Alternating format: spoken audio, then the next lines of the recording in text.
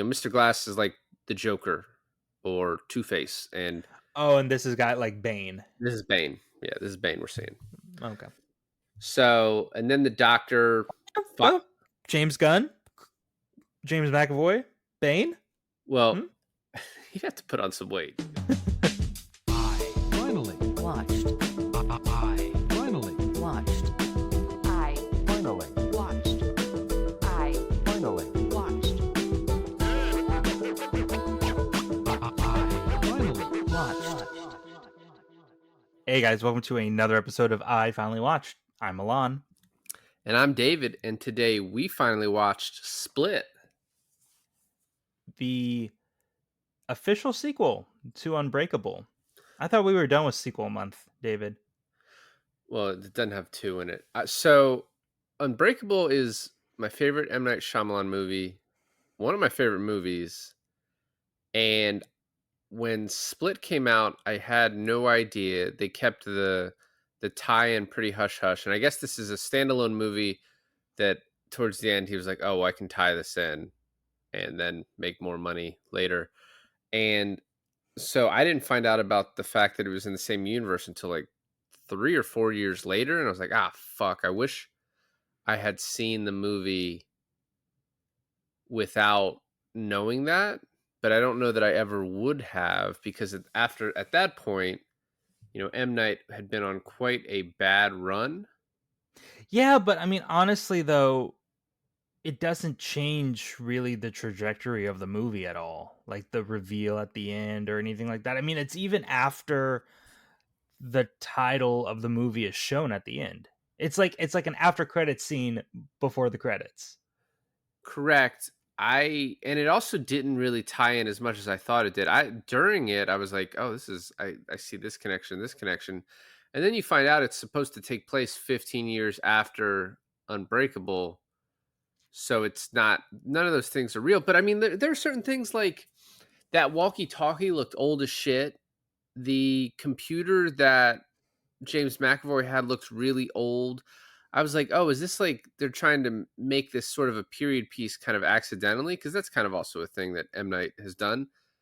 And it wasn't. Like towards the end, he's like, oh, yeah, it's 2014. Like that's the last thing I remember is me being on a bus and it was 2014. I was like, oh, all right. So it's not really that connected. It is sort of shoehorned at the end.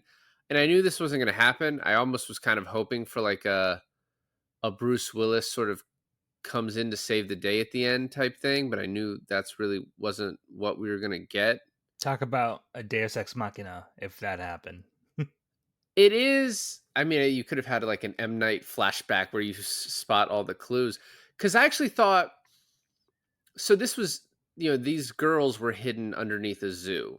I actually thought they were hidden underneath like the school stadium where Bruce Willis worked. I thought it was a stadium too at one point. I thought it was a mall, like a warehouse or something. Oh, wouldn't it be crazy if it was under the mall that they were kidnapped in Yeah, or right. from? When Yeah. I think it's supposed to be near there from what I read. But the lockers looked very similar to the lockers that he had in Unbreakable. Right. He was a maintenance guy, and then Bruce Willis worked like a security job, kind of also Well, doing some. that's why I thought the guy at the end who let her out of the cage, Yeah, I thought it was Bruce Willis. I was like, whoa, wait, that's not Bruce Willis? I guess not. no, I did like. I was gonna get to when we got there, but the guy she calls Vince or whatever. Then he's like, "Hey Vince, we need to call the cops." And then he looks, he's like, "Oh shit!" Like he was like, "Oh, it wasn't a prank." I thought that was a little overacting. I thought his acting was fine. It is kind of fucked up because like that guy let two girls die. Right. Well, maybe okay. Maybe not overacting, but like I thought his reaction was a little comedic. I'm like, let's not forget the 3 people that are dead down there. Right. Yeah. No, I get it. But he wouldn't have known at the time. I don't know. His reaction was like, oh, fuck. Like, oh, this was real. Also, who makes that kind of prank, right? Like who would even, I don't know. You think you'd bring it up to the lady too, and maybe she denies it, and you're just like, I know it was you. Also, it's all over the news and you're a security guard and I don't know, you don't make the connection immediately or ever. Well, okay, I digress. Also, do you know or remember if M. Night Shyamalan makes a cameo in Unbreakable? He does. Is it the And same guy that's in Split? so a little bit of retconning in which is going to ruin Glass for you, I guess, slightly, which there's another thing in Glass that is sort of ruined that I read that was ruined for me, but it's also to me not a big deal. But in Unbreakable, he is like a drug dealer guy that's trying to get into the stadium. And remember when Samuel Jackson like chases him down and falls down the stairs and breaks his leg, and he sees the handle of the gun that Bruce Willis sort of like in his mind figured out like, oh, this guy's a gun. That was Right. M. Night in that.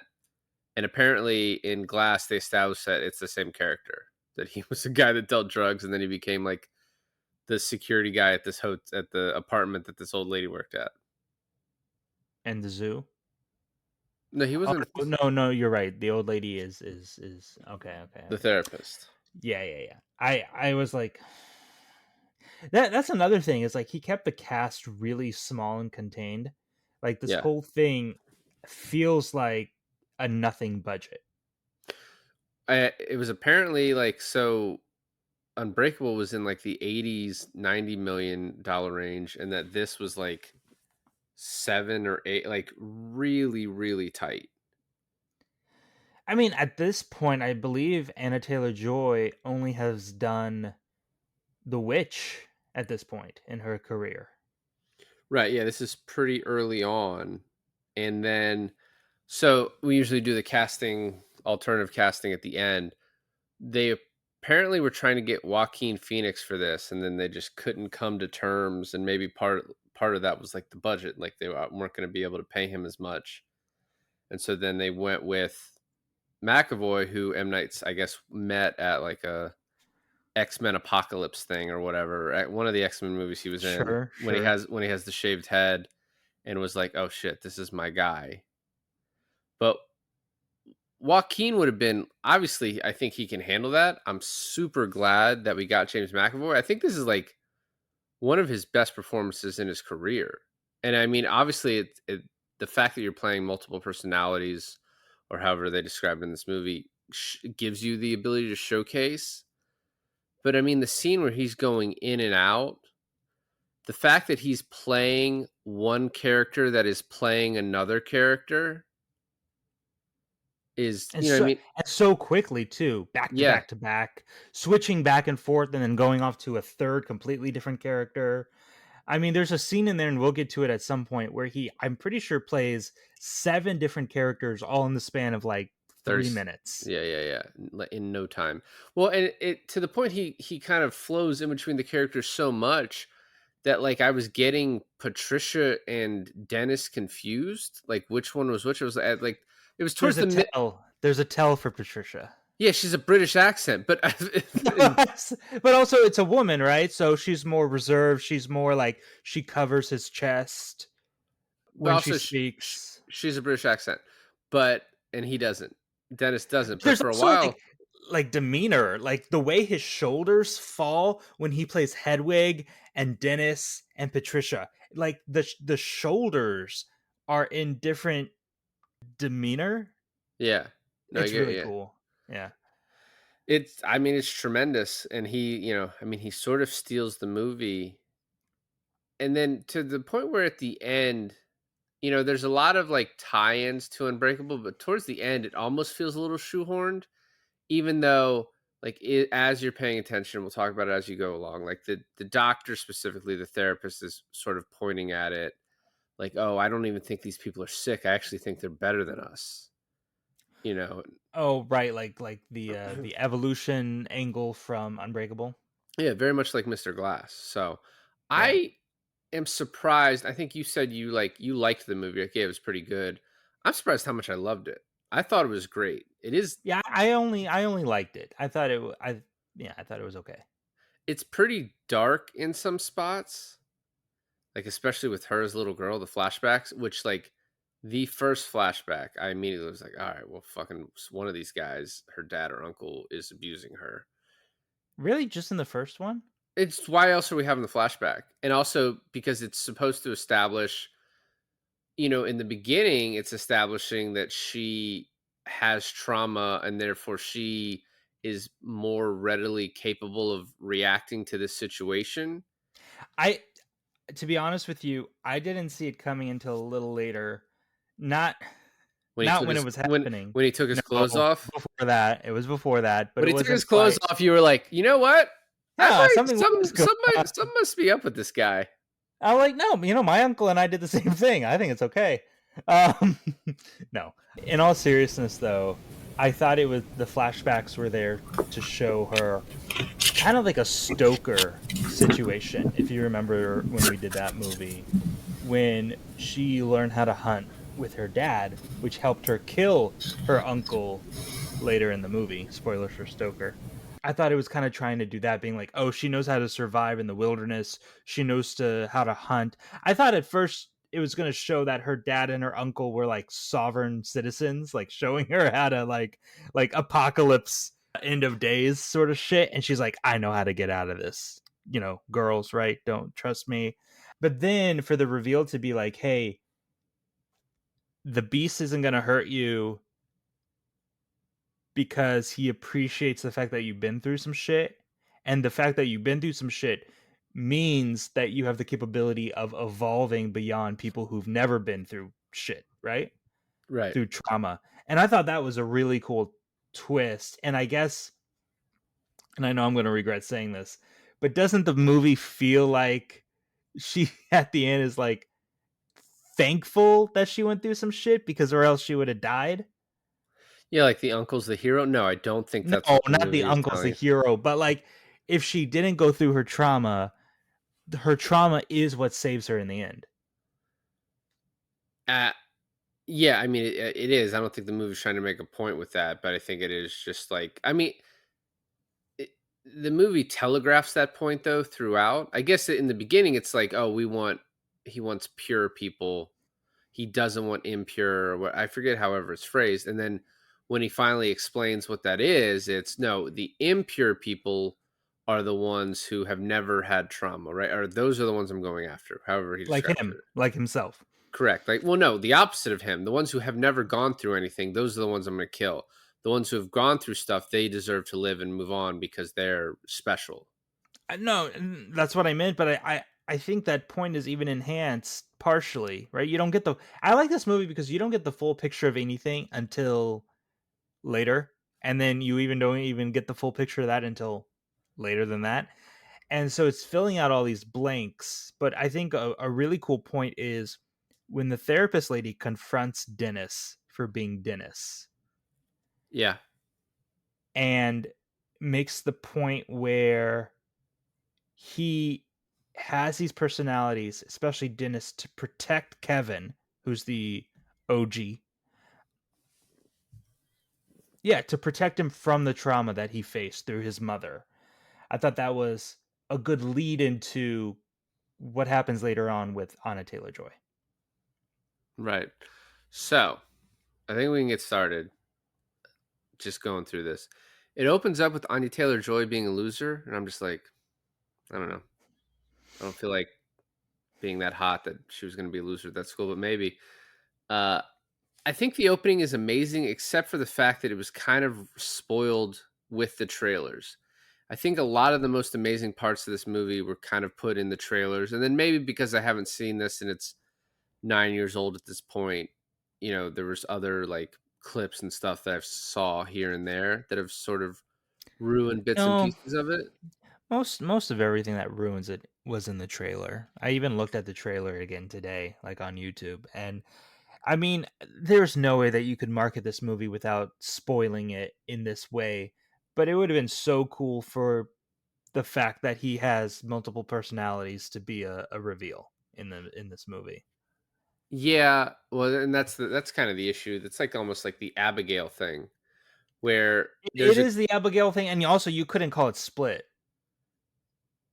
yeah, some people would still miss it. Some I people would still guess. be like, But "Oh, how is cool that?" would it like they're looking through the crack in the door, and like this woman Patricia is talking to this guy Dennis, and they're going having a back and forth, and then walks in James McAvoy in women's clothing, being both characters. Like, if you didn't know that was coming, that's some shocking shit.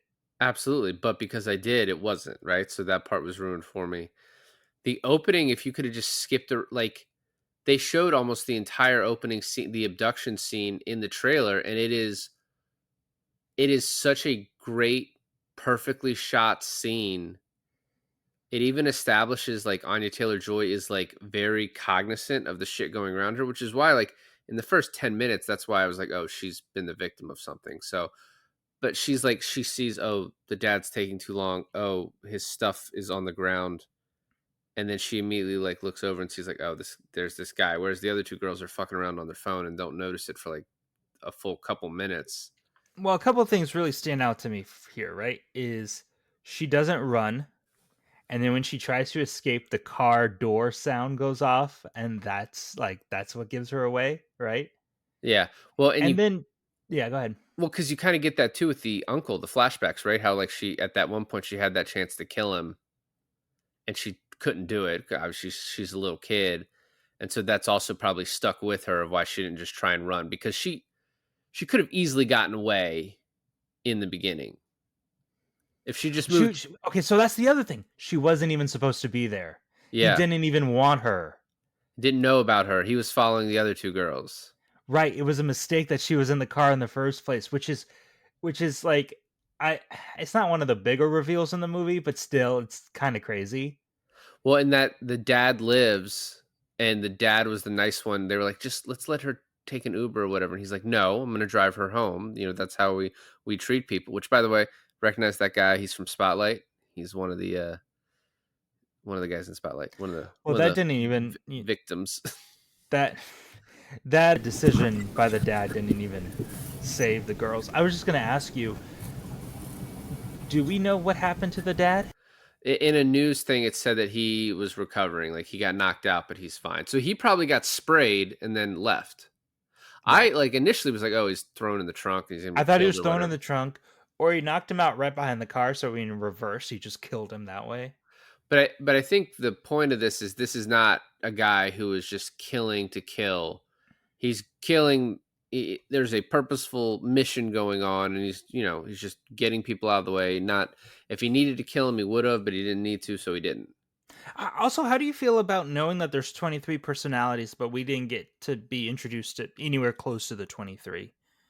I mean, I'm sure we probably are introduced to a lot more in Glass, but in this movie, we're told about 23 personalities. We get introduced to maybe about 8, 10, if not for like a second for a couple of them. Yeah, I don't think it matters. I think knowing they're there, I think we get the dominant ones mostly, and that's kind of the point. We get first of all, we get the bad ones, right? Which is the point of this. We mostly deal with the two bad ones, and then the little kid who's sort of in control and then has been tricked, whatever you want to say, into Well, I becoming think one of it's the really bad ones. cool, like the visualization with the seating. The Like everyone's room in a and yeah, seat in the room, and then there's like this train yard, right? Which is like such a mindscape sort of thing. It yeah, reminded me of like Sherlock Holmes with his mind palace, yes, how yes, you visualize it. But they're chairs in a room, and then the light is the personality takeover, and then the three bad ones have taken over the light from the controller, which the controller isn't even the OG person, which I found interesting too. yeah. The OG, yeah, which is so this OG person has made who was Kevin has made all these other characters and is just taking a back seat in his own life. Yeah, and I think we're supposed to believe Barry is the main persona, Yes. who's this flamboyant guy who's into fashion.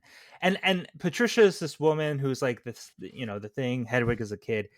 Dennis has to be the most specifically fucked up personality. Like, not only is he like severe OCD, bordering sociopathic and psychopathic tendencies, but he also has this thing where he's like a pedophile on top of everything.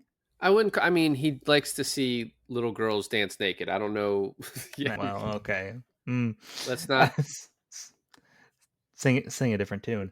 Well, Uh, it's funny. So not funny, but he it starts out with he grabs one of the girls and takes her, and I think at this point he was trying to have her dance for him, whatever. He was going to strip her, and then Anya Taylor Joy says, "Pee on yourself," and it's because she's noticed he's a clean freak.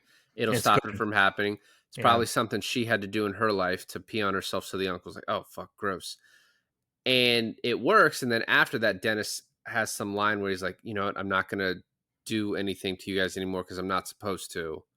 So it was like a kind of a break in his like, oh, He got carried away almost right. in his tendencies, and then either Patricia or someone put him back in line. And what's interesting too, well, I guess it would have to be Patricia because those are the only two influential, people in the mind at that moment. When I think Anna Taylor-Joy did a really great job in her acting, and I think James McAvoy did a really great job in his acting.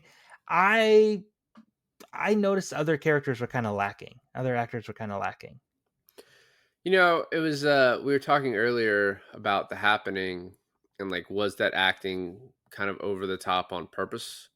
Right. And I think the first of all, the Claire character and the Marsha character, but Claire specifically, is making those like dumb movie choices that like speed along the plot, right? She's like, let's fight this guy. And Anya Taylor-Joy's like, what the fuck are you talking about? He lifted you up like you were nothing. Which, by the way, the doctor in her speech is like, yeah, one of the guys is like a Russian bodybuilder that can lift 3 times his weight. And I was like, which one is that? Is No, that no, no. She wasn't talking about him. She was talking about a different patient. maybe it was unclear like when she would go back and forth, right? And like we barely met any of her other patients, but it which one of them is the guy who could lift the girls without even trying? Was It that was Dennis? Dennis. Yeah. Yeah, right. So and I guess Dennis is supposed to be the strongest, except for the fact that the beast exists. Right. Exactly. That's what we get from it. And y- you think they did like stupid horror movie tropes to like move along the plot? No, no, no. I wasn't saying they did that. I was saying that her she would have, but for Casey, the Anya Taylor-Joy character existing, right? She's like, let's fight him. She's like, you're a fucking moron. We're not gonna do. I'm not helping you do that. The other thing is Marsha was like, "Hey, I tried to escape when he put me out there to dance with him, and there's like a second door that's locked." So she was even telling the other girl like, It's stupid because even if we get out of that door, there's another door, and then who's to say there's not another door after that? You know? Well, the other thing is, they find, oh, there's probably an escape, right? So in moving along plot, there's like, oh, there's probably a way to escape. They do some knocking and they find a hollow spot and she starts climbing through it. You find that, you maybe wait a little bit, right? It's To nighttime. Yeah, I know. Well, you can't tell what time it is, but wait until you know that he's, if you can kind of guess that he's not going to be back or whatever. Just like until you haven't heard anything for a little bit. You did it like right away after you just had a confrontation with the little kid. So, it does Yeah. make sense. I did Did, think, by the way, I thought it was like a plot hole that, they're like, oh, these are separate people. And then Hedwig's like, oh, what are you doing in there? Stop, please stop. And then he like summons Dennis, but it's because Hedwig had that ability to do that. And so I like yeah, the it's way the because the movie. Hedwig can tell Yeah, yeah. them what's going on, right? Yes, yes. When they're running out, she escapes through the hatch in the roof, and they're running out. I guess it's like the maintenance thing, and she hides in the locker. How does Dennis know she's there? She's like leagues ahead of him. Also, does this zoo just I have a lot of questions about this too. Does this zoo just allow this guy to take up multiple rooms in their sub basement? Well, he's apparently like the head of maintenance.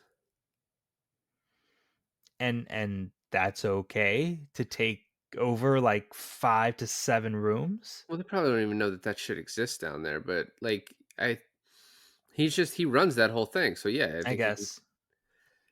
So I think the next part I want to talk about is the first meeting with the therapist. And I love this running alongside of it because when you start watching the movie, I was like, how are they gonna make this interesting? These girls just stuck in a room for 2 hours. It's a 2 hour movie. And so the first meeting with her is great. And she's like, you're doing really good at your job. And then he starts asking very odd questions like, how old are you? You live alone, things like that. He's like, and he says, how old are you? The internet is inconsistent on this point. It's like, what are you looking up? And then I noticed he touched the candy bowl and moved it, and I thought he had actually changed personalities at that point. But then Hmm. the therapist points out later, like, I noticed you did that because you're OCD, and I know Dennis is. But also, Mm. I thought his accent was changing, but that's because he was Dennis pretending to be Barry. Right, and then when they look on the security camera at the garbage tipping over, right? Yeah. And how he walks through it, and she points out to M. Night Shyamalan himself, she points out that a normal person, and we see it like a few seconds before. I think that's a little on the nose. That's kind of what I mean by like sometimes M. Night's directing is so good, and then sometimes he spoon feeds information to the audience and like we're stupid, which I don't really appreciate. But they point out that him walking through the garbage is almost like an act Yeah, because it's knowing not that the security camera is there. because he's saying as Dennis, he overthought it. Like Dennis would not walk through that, obviously, but Dennis thinks, oh well, other people would, but no, no one would. But he's like overly thinking, like I have to do this, which also points out he knows the cameras are there. Right, right. But also, right before that happens, he rubs the chocolate on his lapel, and he bolts down those stairs to get out of there. What's funny too is the Dr. Fletcher is like, oh, you're sorry. I just have to test you sometimes. I almost felt like she was like, all right, well, if I push too far, I know this is Dennis, and if I push too far, he might kill me. Oh, you think she thought like that? Well, she definitely thinks it later, but then when she finds a girl, she's like, "Oh fuck," so just gotta Oh, give it up. Instead of being smart and being like, "I'm gonna get out of here and call the cops because shit's going on down here. Like, I need police presence." yeah. Why did she go to the bathroom? Yeah, 'cause she wanted to look around, but I don't know. It was not a smart decision. So next is we've already talked about it a little bit, but we meet Hedwig, and he's talking about he's on the move, which I don't really understand what that means. Obviously, it just means he's coming, and then he's done awful things, and he's going to get you. And I mean, I don't know. His acting as a 9-year-old is great. It's funny because in certain points you're like, would a 9-year-old say that? But it's like, yeah, they say shit like that. They know a lot more than you think. Yeah, I mean, skipping ahead, the fucking dance scene in his room is hilarious. it's so funny, The kissing, so funny. so I like laughed out loud, and then he's like, "You might be pregnant." I mean, it's so good and so accurate to what like a little kid would do. Right. Also, did you think because Anna Taylor-Joy clocked that this guy has multiple personalities, it's not an act, he actually believes it himself. When he's 9, did you feel like there was ever a time where she was like, "All right, let me get this 9-year-old in here, beat the fuck out of him and get out of here"? I don't think she thought that because I think of in her past, she just showed she's like too scared, too like hesitant. I think it was let me get him to believe in me and let me trick him because she's like, the whole window thing in his room that turned out to not be a real window, and then all that. So Hmm. Yeah, because everyone who does a move is those other girls and they get caught. And she's yeah, you're right. She is kind of a passive character until the very end. and then after this, Claire escapes and he finds her immediately in a locker. I was like, this is the locker room from Unbreakable. But at this point, I'm like, I guess I'm kind of looking for stuff a little too much. And he takes her and puts her in a separate room. And then he takes clothes from all of them because they're dirty. And that again, once again, is Dennis kind of being like, yeah, he's a clean freak, but he's also, as you said, a pedophile. And so he's like, all right, yeah, take your shirt. And then it gets to the point where he's like, Hedwig at one point was like, "Yeah, Dennis tells me like you have so many shirts he keeps taking, but you still have more shirts." But I thought that was a really good reveal. That's not on accident either, right? She covers up all her scars. Yes, yes, exactly. And I don't know if I ever told you this, but I had my own run-in with DID person. Okay. I never told you this? No. Okay, so this movie kind of hits close to home in a sense. When I was little, my parents would hire au pairs from different countries ever so often, so that my sister and I would learn the language or culturally learn from them. And so we did a bunch of French nannies because my father's French and he insisted that we learn French. And I forget where she's from, but she was from South America. Her name was Maria. And we brought her in to live with us. I think for like 3 or 4 months. It was a seasonal thing. It was through an agency, all very official, from what I remember. And all of a sudden, like, things started to get really weird. And I can't tell you like the moment we all knew something was up, but I think what happened is my mom was carjacked that around that time, and she was in the car with my mom and my sister. I was somewhere else, and these guys hit my mom's car, T-boned her, and then got out to like pull them out of the car and steal my mom's car. And then luckily enough, this is like sidewinding the story, but luckily, just to make sure to tell you my mom survived. Luckily enough, they did it around 3 and 4 o'clock, so school got out. So as they were trying to escape with my mom's car, they got into school traffic jam and they couldn't move. And then very quickly, everyone who was in the line for school saw the accident, call 911. So the police were there immediately, and they couldn't do anything. And the au pair, I think something triggered that incident within her, and all of a sudden, she started acting really weird. So from what I remember, she had 4 very distinct personalities.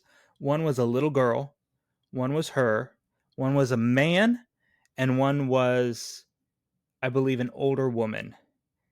And the man was really violent.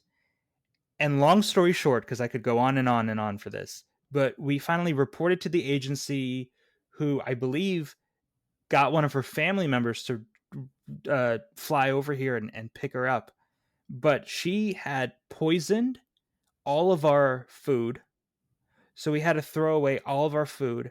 Later on, my mom found a notebook in her bedside table, and each chapter was a different personality. So you would have like the little girl writing, and it was like a little girl handwriting. Then you had the guy handwriting, which was like plans on ways to kill us, which is how we found out all of our food was poisoned. So he put rat poison in our cereal, our rice, our bean, like all the dry food. He put poison in all of the cat food also. And then he was So we like, had these people eat out for every meal, son of a bitch. son of a bitch. Yeah, so we had to throw away all of our food. We threw away everything. Like, even if it wasn't mentioned in the notebook, everything that wasn't sealed, like package sealed, we threw it away. I would have probably thrown away that stuff too. Just start it over. And it was this fight they had between the little girl who didn't want to hurt anyone, the man who wanted to kill us, and it was a very weird situation. I was like maybe 10 years old, so I could barely understand it at the time. She ran away one time under our care, and she ran into like a swamp that's kind of behind our house, and the police picked her up, and apparently that she was trying to get away from us so that when her male personality took over, she wasn't near us for him to hurt us. And so it was very weird. So when I'm watching this movie, I'm thinking like I was very close to becoming a victim. This is when you decide to tell me this story? Well, I'm so, just a couple like maybe 9 months ago, I told my wife this story for the first time, and I was like, I never told you this, and she was like, no, what are you talking about? And yeah, I mean, what a perfect fucking movie to tell you this. You know what I'm curious about is I know the answer is probably no, but if your mom still has the notebook. I mean, probably not. I don't know.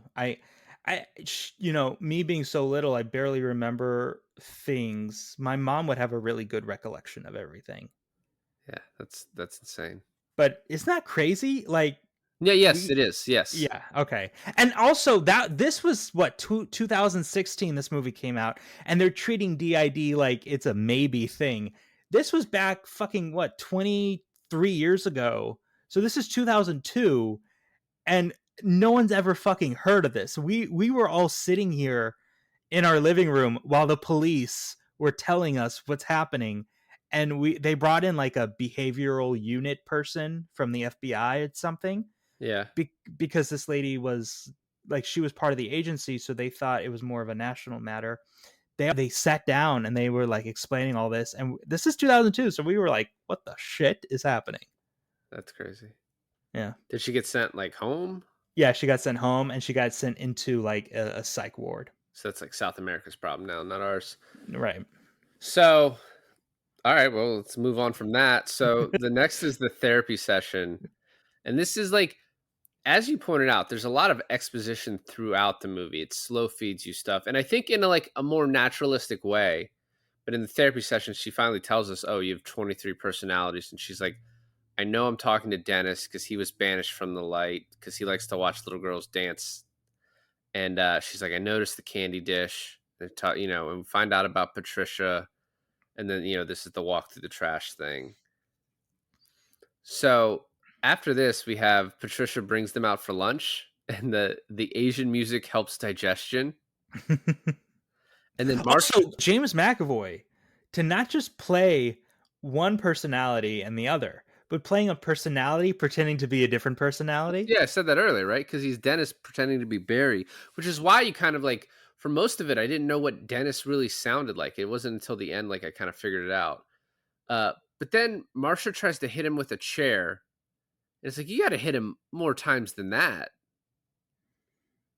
Just once and you he run? was Patricia. He was Patricia. I imagine Patricia being more frail person than Dennis. Yeah, but then he just changes to Dennis. The first fucking thing productive that Anya Taylor-Joy does is move the table in front of him. And then he's like, go to your room. She's like, okay, yeah, I'll go to my room. Thank you. So, and then at this point, I was like, it seems like Dennis and Pat are kind of sharing the light, which it is like at Hedwig's bequest, they sort of get it the most. And then we get a daydream about the uncle where it's kind of like closer to what's happening, I think. And then after this is the one where he's like, we're animals in the woods, and he's like, you just see his pants hanging up, and you're like, fucking hell, man. And that's when you figured it out. No, that's not when I figured it out. When she's on the edge of the tent and she's looking out and he's coming around with the gun in his hand, that's when I figured it out. The point where, like, what's her dad doing? Her dad's not dead yet. He's just asleep. Yeah. So do you think he was sexually assaulting her, or do you think he was, because those scars look like he was hurting her, or was it like a both situation? Well, the scars I thought might have been like a cutting thing. Oh. Right? Like so self-inflicted. Yes. Because of the trauma. Yeah, and I definitely think he was sexually assaulting her for sure. The dad probably didn't know what was going on, and he was using tactics that you normally use with a child, like to be quiet, don't tell anyone about this, I'll kill your dad or whatever. However he went about it. Did you get a feeling he killed the dad? I think it's possible, right? He was like his dad died just like my dad, and I was like, did you also kill your dad? Well, he said heart attacks were in the family, even though he was like the fattest one in the family, and he seemed to still be fucking kicking. You know what's trippy is I'm watching Lost, and I just got into the last season, and this actor, the guy who plays the uncle, just fucking shows up in the last season of Lost. Probably a bad guy, I would guess. Yeah. So, and then we also find out that Barry had the power to decide who was in the light, but Hedwig now can control it. Oh, and right after this is the fucking kissing scene, and let me come to your room. And then we get this line from "Is my man." Oh, this is after Hedwig is just, she wakes up and Hedwig is spooning her. Right. But it's okay because it's a 9-year-old. Yeah, he's 9 years old. What if it was actually Dennis, but he's like, "All right, I'm gonna fucking sound like Hedwig right now. I don't want to get in trouble." But she talks about how she gets the attention every day just to be alone, and it's really to stay away from her uncle for longer. Oh, yeah. Next therapy session is, oh, let's talk about the incident at work where the girls came up to you and made you touch their breasts, and you're out there 17. It's like, yeah, that was crazy. It's like, Oh, what? so this is where Dennis actually admits it's Dennis. Yes. And we learn about his past sexual trauma with his mother? Well, no. The mother would just beat him for like not being for not keeping things clean. She was just a bitch, like So just a the bad person. so the OCD Dennis was big and strong to protect him from his mom, who just also happens to be a pervert. No, no, I don't think the mom was a pervert. I don't. No, the Dennis personality Yeah, was yeah, created to be clean and OCD to protect yes, Kevin from yes. his mom. But also, he But likes little also, girls. he just so happens to be a pervert. Okay. Correct, correct. Yeah. So, and that's why he was so traumatized by the 16-year, 17-year-old girls because those were too old for him. So, Oh, okay. but then she's like, Dennis, I understand why you would take over. She starts playing into his like, you're Fantasy. actually right. Yeah. Yeah, but like you're actually right. You know, like you are. It does make sense. And he's like, yes, I had to take over. And then she gives this line, which is just for the end of, I have the ability to bring Kevin forward, but I don't want to do that because it will create chaos and everyone will try and grab the light. And, you know, so that's one of the more interesting sessions, obviously, because of like all that would get What's revealed. What's so crazy is Hedwig, if you really think about it, is the most powerful one. Yeah, just because he controls who gets to run things. And because I guess he was made fun of by the other personalities, and Patricia and Dennis can like trick him and manipulate him to be on their side. Right. Oh, so the next after this, we get the well. She asks, "Do you still believe in the beast?" Because he's not in a chair; he's in the train yard. He's not an identity; he's just a fantasy. But after this, we get the dance scene. But there was a line earlier where he's like, "Oh, Kanye West, he's my favorite artist," and that is because another kind of Unbreakable connection. Because in Kanye's first single, he mentions Unbreakable. He's like, "They call me Mr. Glass." So probably wouldn't have a Kanye reference in 2025, but in 2016, he's still Was that Kanye he was playing on his CD player? absolutely not. No, Okay, I didn't think so, but I was just I don't listen to Kanye enough to know, but he was jamming out on that thing. it was just like techno, electronic, whatever.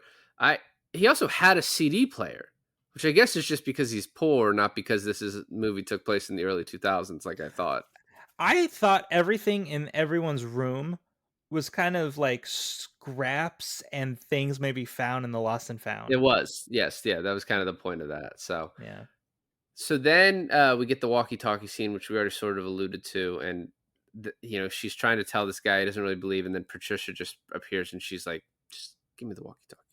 She just hands it over once again because she's, the trauma that she's felt, and then we get the flashback to the uncle and the animal scene, and then she pulls the gun on him, and I was like, just pull it, just pull the fucking trigger, and no, we do not get that, unfortunately. Would have been We too even nice. get revealed that the uncle is still alive and her guardian at the end of the movie. Yeah, which I wanted to leave till the end, but the cop says, "Hey, your uncle's still here," and she just stares at the cop, and then the cop, who's just like a one line character, starts doing some what I think is some pretty good acting with like her eyes, like Yeah, understanding, like, oh, I wish there had been. Now maybe there will be more revealed in Glass about this because I think Anya Taylor-Joy, I think she might be in she Glass. is. She Yeah, yeah. is. But if there was just like the cop is like, "Hey, Bill, come over here," or something, like, like, "Oh, I'm gonna do something about this." Hey, Bill? I think we have a rape victim here. No, but just like something, No. something to let you know, like, we're gonna take care. But I mean, I do think that it's purposeful. Her like, oh shit, like that. Your uncle being here is not a good thing. Well, also, I feel like she stood up to the beast. She even took shots at the beast, right? She was able to pull the trigger at the guy where she wasn't able to pull the trigger at her uncle. I'm thinking they're gonna go home and she's fucking gonna kill him. If she doesn't kill him, she's definitely gonna tell on him, right? And like get out of the situation, which I think is what that little it's as you said, like M. Night is not very subtle in a lot of other places, but I think that was a very subtle nod to like she's grown and is not gonna, doesn't want to put up with this anymore. So after this, we get a scene where Dennis again talks to because the therapist shows up and everything's locked and he lets her in and then he's like, I lied earlier. I have met the beast. And then he talks about this, this woman in Germany that she had discussed earlier where her optical nerves healed because one of her, she was blind, but her other personalities weren't, which is Right. really playing into the like unbreakable superhero stuff. Yeah, but with Unbreakable, Mr. Glass, because of his fragility, believed that if he was on one end of the spectrum of strength, like an extreme end, then there would have had to been someone on the other extreme end. And that's why he did all the, horrible crashes and stuff to find that extreme person, right? Right. So it makes sense. You have someone who's very strong and unbreakable, and you have someone who's very weak and fragile. Where does the beast really fall into this like spectrum of weak and unbreakable?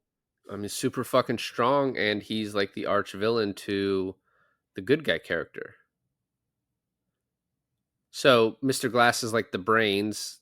Mr. Glass is like the Joker or Two Face, and Oh, and this has got like Bane. this is Bane. Yeah, this is Bane we're seeing. Okay. So, and then the doctor.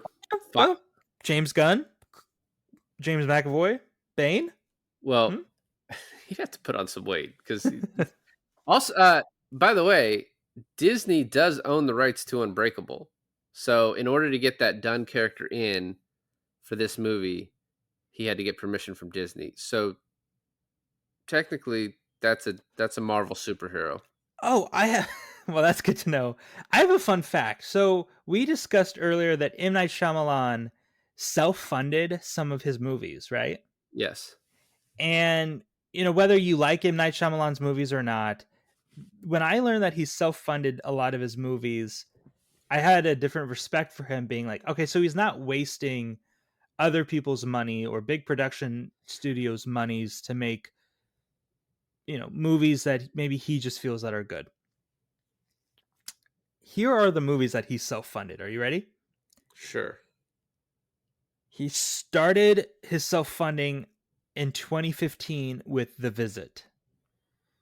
Which is kind of like a little bit of a comeback for him right before this one.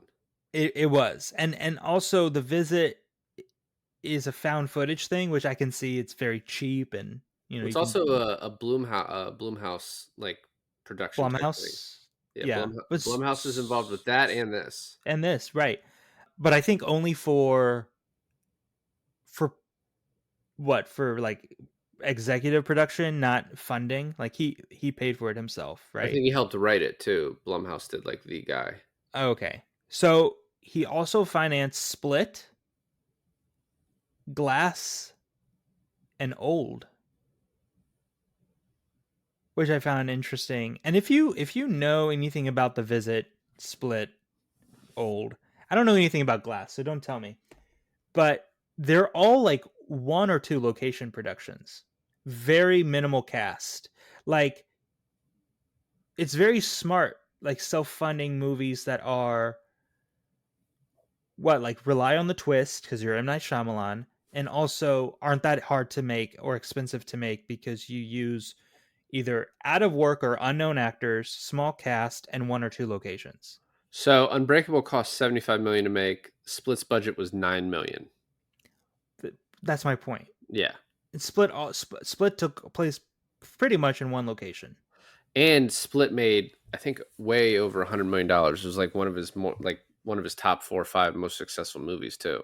I mean, Old is just takes place on a fucking beach the entire time. Yeah, true. So Yeah. Yeah, I think one of the Wolf brothers is like the most famous person in it, right? Finn Is it Wolfhard's in it? Wolfhard? No, no, no, no, no. I'm thinking of someone else. But yeah, the guy from Hereditary. Yeah, that's one of the Wolf brothers. Yeah, yeah. You're right. You're right. Matt, Alex, I get One of them them. confused. I thought it was the same person for a while. So yeah. Well, no, actually, this has a fucking ton of famous. Gael Garcia Bernal, Rufus Sewell, Vicky Crepes. No, there's actually Thompson McKenzie's in this. No, there's actually quite a few like famous, Well, okay. more So famous people. what's the budget for Old? The budget for Old is, let me vamp as I scroll down, is 18 million estimated. I mean, still not bad, right? Like you make 36 million and you've already made a profit on it. It's not. It's actually. I actually commend them a lot. It's actually a really smart way, and it makes them have complete creative control, which is Which is also actually really good. because after you do The Happening, After Avatar. Earth, Avatar, after you do those three in a row, not a lot of places are going to give you creative control over anything. So it also is probably like a kind of a thing you had to do. Let's get back to it because we're almost done. So the doctor is like, oh, let's meet tomorrow to discuss this. She's going to try and leave. She stuffs that handkerchief in the door. And then instead of leaving, she's like, I got to use the bathroom. She finds Claire. And then See, that's what I don't get. That's what I don't get. She She needed to stuffs leave. the It was handkerchief. dumb. She stuffs the handkerchief in the door. I'm guessing, oh, in case he brings her back into the room. Oh, but also Dennis is OCD. Don't you think he would notice the handkerchief? But he didn't Yeah. because it's stuck in the thing. You'd have to be looking for it. But as I said earlier, the smart thing to do is he's up to something real bad. I know that there's privileges with a therapist, but at this point, he's doing something that's going to harm him or others. You need to put a stop to it. And the way you put a stop to it is not getting caught. It is getting out of there and then calling the police. She was doing a good job for a while until she was like, let me just go to the bathroom. Yeah, let me go check shit out. You fucking idiot. So then Scooby-Doo, motherfucker. Dennis goes to the train station and puts flowers down next to the train. Do you want me to tell you why? I at first I thought this was an Unbreakable connection, but then I was like, no, I don't think so. So yes, please tell me why. It's an Unbreakable and a Glass connection. Oh, it is.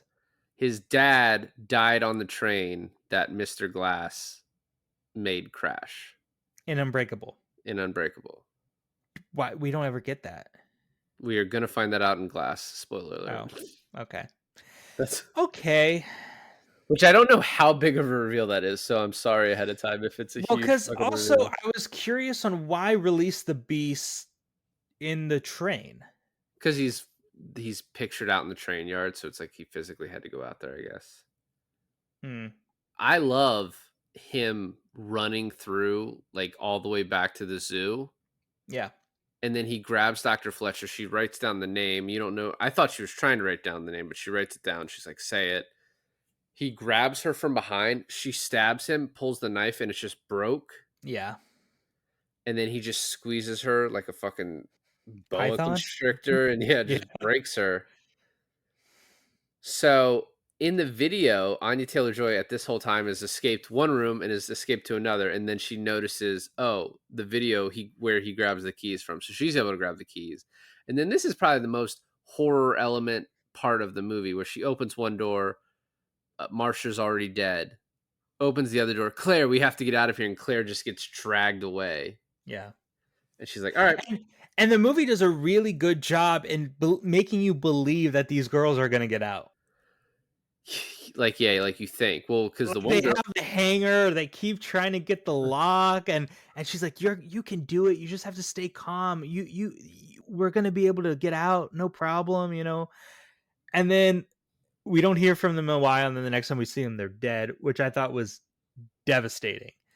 I was actually, and I think anyone who's been listening to us for a while knows that you and I are not the biggest fan of horror movies.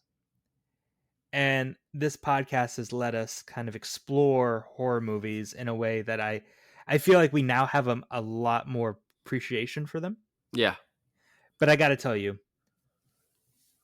I was avoiding this movie because I thought this movie was a pure horror movie. Yeah. And the fact that it was not as horror movie like than I previously thought it was a huge relief. But this last like 20 minutes of the movie is strictly horror movie. Well, it's definitely like there's jump scares and shit, and you're like, oh, what's gonna And he's happen? crawling on the ceiling and he's like punching out the lights of the tunnel. Oh my, I was like, fuck this shit, dude. It was so good. I loved it. So she screams the name at him because she reads the paper. We also get the flashback to his mother after she says it, and the We mother. also get him crawling up the wall in front of her. But oh yes, right before that. But the mother is horrific. Great, whoever that actress is, great job. You scared me.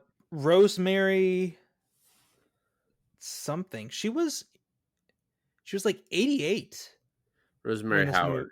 Rosemary Howard. She was like 88. She's like 90 something now. I think she's still alive. She's 97. Well, great work. I don't know how you know all that, so but it's good work on you too. Your investigative skills have gotten so much better. Thanks. Anyway, then we get probably the if this was the type of movie that could win you an Oscar or be nominated, we get the reel right here where he goes through like 4, 5, 6 different people, Yeah. and then Hedwig comes in and is like, "I'm about to give control over to Patricia and Dennis, and I won't be made fun of anymore." And like, this is great, and then she escapes because of the handkerchief, and we get the beast chasing her down, bites her leg. We get the flashback about the dad dying and her uncle taking her. And then, yeah, as I said, this last little bit is pretty amazing stuff. And that your gun, Her final shirt comes off. yeah, and then your gun can't hurt me. And although it did fucking hurt him, it stopped him a little bit. Like it's not, he's not Superman. And then as he starts bending the bars, and then he sees her scars, and that's what stops him. And he's like, "Your heart is pure. The broken are the more evolved. Rejoice." And then he Right. just leaves her. There is a lot of religious aspects to the beast. Like the ideology of the beast. I mean, first of all, the beast, the mark of the beast, the devil, 666, stuff like that. Also, Hedwig's like warning, like he's coming, almost like a herald, right? Like the devil. And then everything that comes out of the beast's mouth is very biblical. Sounds biblical. Yes. No, I'm I sure I'm sure we get more of whatever that's about in Glass. I'm sure we do. I'm excited for Glass. I actually kind of I know. I mean, I think we're going to do it for the pod at this point, and I Why don't we wish. just do like a Shyamalan month in next summer, like June or July or something? All right, but let's do. We got to do one bad one at least, but then let's do good ones. Yeah. I don't think that's going to be hard, honestly. I think he's done more good than bad. I think he's a little bit shit on now. I haven't seen Old or Knock You at think the he's shit Cabin. on now more than like back when like Robot Chicken was making fun of him? It was like, what a twist! Robot Chicken. It's a fucking blast from the past. I think probably the worst for him was right after The Happening and Avatar. People are like, oh, this guy doesn't know how to direct movies anymore. I don't think people like The Village. I think people like Signs and people like Sixth Sense. But then when you realize, like, oh, he's a twist guy, when The Village hit, people are like, what's the fucking twist? And then his next movie, people are like, what's the fucking twist? So I haven't seen The Village. I've seen the end of it. I think the twist is pretty great in that. But he does The Sixth Sense, Unbreakable, Signs. I think all people universally love those. The There's Village, no there's no twist in Unbreakable, is there? yes, there's a Like twist. there's a twist, but it's not as big as like the twist in Signs or Sixth Sense. It's my favorite twist. I mean, the twist in Signs, which I have not seen, isn't that just that the aliens can't deal with water? You haven't seen Signs? I haven't seen Signs. We're doing Signs. I haven't seen Sixth Sense, but I know the twist in there. And actually the twist in Signs is much more than the water thing. Oh, Lady in the Water, is not highly rated. I think that's the start when people are like, oh, this guy's not great. I love Lady in the Water. I like Lady in the Water. I think Lady in the Water is great. The Happening is really terrible, really bad. Oh, Yeah. and then Last Airbender, After Earth. So that's 3 in a row. I didn't think After Earth was as bad as everyone said, but it's not good.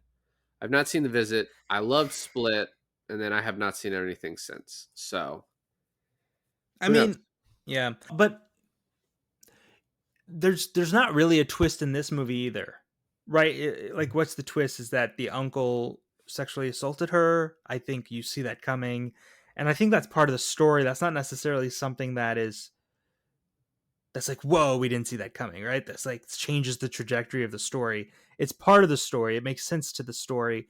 If you want to count the twist being Bruce Willis showing up at the end of this, fine, but that doesn't really change the story much either, really. It doesn't, but it also is just it's so cool that it ties in. And I also think it shows M. Night showing a little bit of like subtlety, a little bit of like, all right, I can hold myself back from going full on making this just an Unbreakable sequel. And I'm just going to tie it in a little bit. And then we're going to do Glass. I've heard very mixed things on Glass, but I'm excited to do it. And by the way, this movie ends with the exact same line as Unbreakable.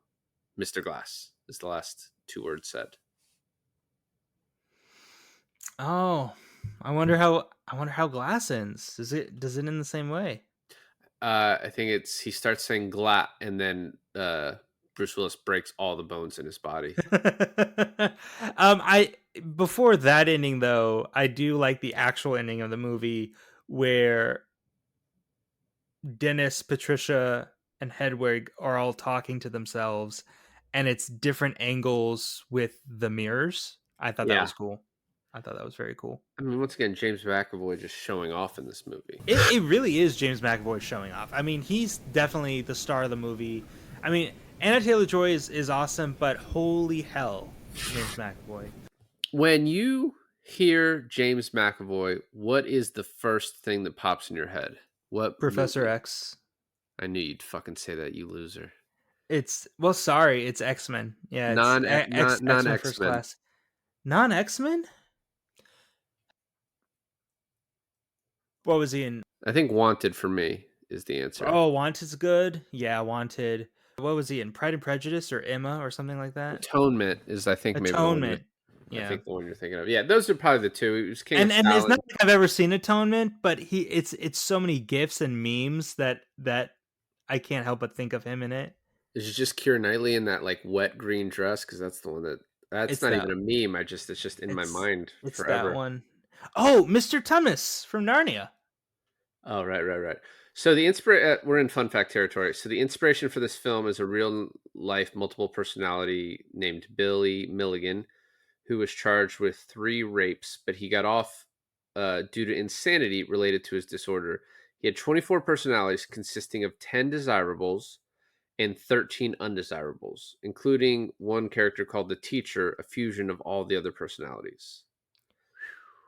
So, in order to prevent leaks about the final scene, it was not included in the shooting script and it was not shown in any test screenings, the Bruce Willis cameo. I mean, you just needed like maybe a dozen people to shoot that. Correct. So, M. Night Shyamalan hired the cinematographer from It Follows, which is fucking great.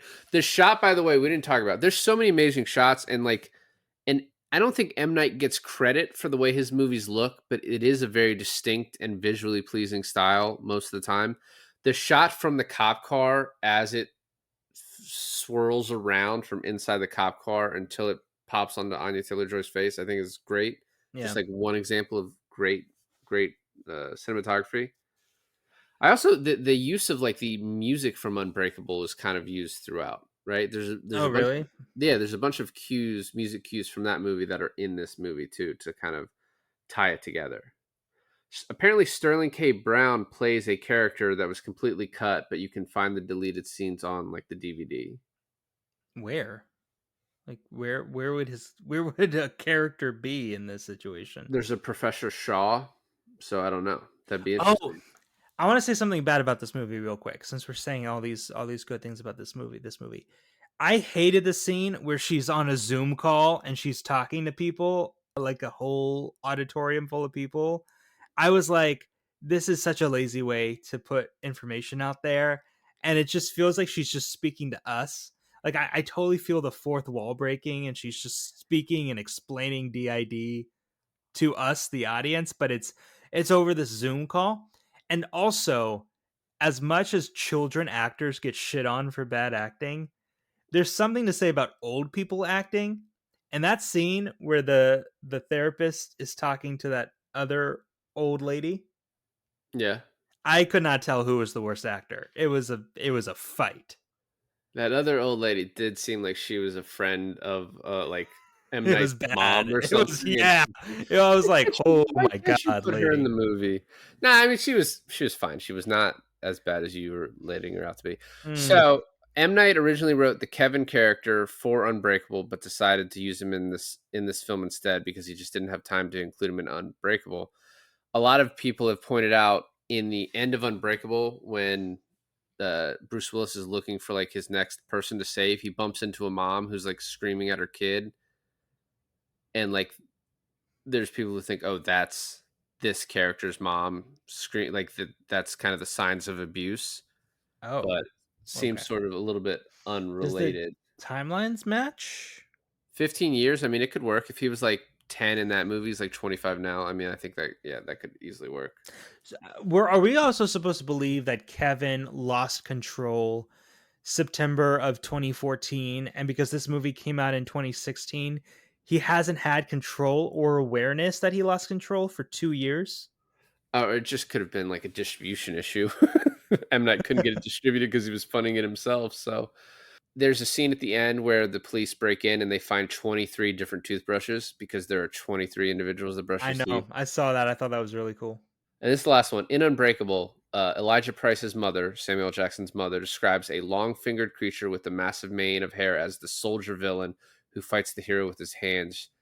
Uh, and then after that, describes the arch villain who fights the hero with his mind. The Beast, obviously being the first one, and Mr. Glass, obviously being the second one. So When Kevin was describing the beast to the therapist and was like, long hair, fingers twice as long, I thought we were going to see, like when James McAvoy does the full transformation to the beast, I thought he was going to grow his hair back. that would have been so fucking hokey. And then his fingers would have been like disjointed and longer, and I thought he was actually going to have more of a Dr. Like he Jekyll, was the Mr. werewolf. Hyde, like he was a werewolf sort of thing. But I thought, how far are we going to go into this? Although I did enjoy his bloodshot eyes and everything like that, and the veins popping out. Yeah. No, I, it was I, great. yeah, this movie is good. I guess there's moments where Night kind of loses me, but I have to say I'm excited to actually watch more of his movies and kind of focus more on him, because I feel like there's something there that we just have to find, like a core I think that we have to find. I think a little bit you have to just buy into his type of movies, right? Like you have to accept there's going to be some things that are a little bit different, and maybe you would consider them shortcomings, or maybe you just consider them different. I like that someone likes that exists. This is going to be like a thing that if we were more famous, I might get shit on. But like, he's almost kind of like a modern day Hitchcock, right? Like he just comes up with these crazy ideas. Yeah, okay. Maybe the execution is not as Hitchcockian as you would want it to be, but like he has had a few fucking bangers, and this is kind of closer to banger territory than it is to The Happening. Way closer. I mean, if you want to call him an auteur, he's definitely an auteur. Well, thanks for listening to another episode of I Finally Watched. This is David. And this is Alain, and we finally watched Split.